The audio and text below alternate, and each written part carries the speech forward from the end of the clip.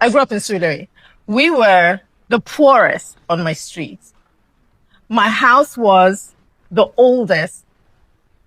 You know those houses that they're at the back, small bungalow, and there's a lot of space in the front. And that front, when rain falls, it floods. But if you see me, if I come out of my house, you would think I'm Adenuga's daughter. You would never know unless I told you. From a very young age, I carried myself differently. And I think that started with watching a lot of television. My dad used to watch a lot of TV. So I used to watch a lot of Bond movies. And I always practiced speaking, sitting like them, walking like them.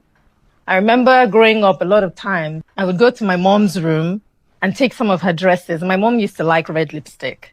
And I would put the red lipstick on and wear her heels and just practice prancing everywhere. 10 years after school, I got called for the Mnet Africa audition, the one that brought me into the limelight that everyone knows about today. I was told after I got the role that I was the last of over 10,000 women to audition for that role. Wow.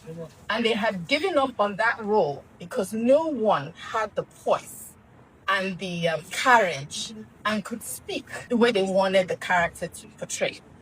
Now, would you believe it was just one word that I pronounced properly? Wow.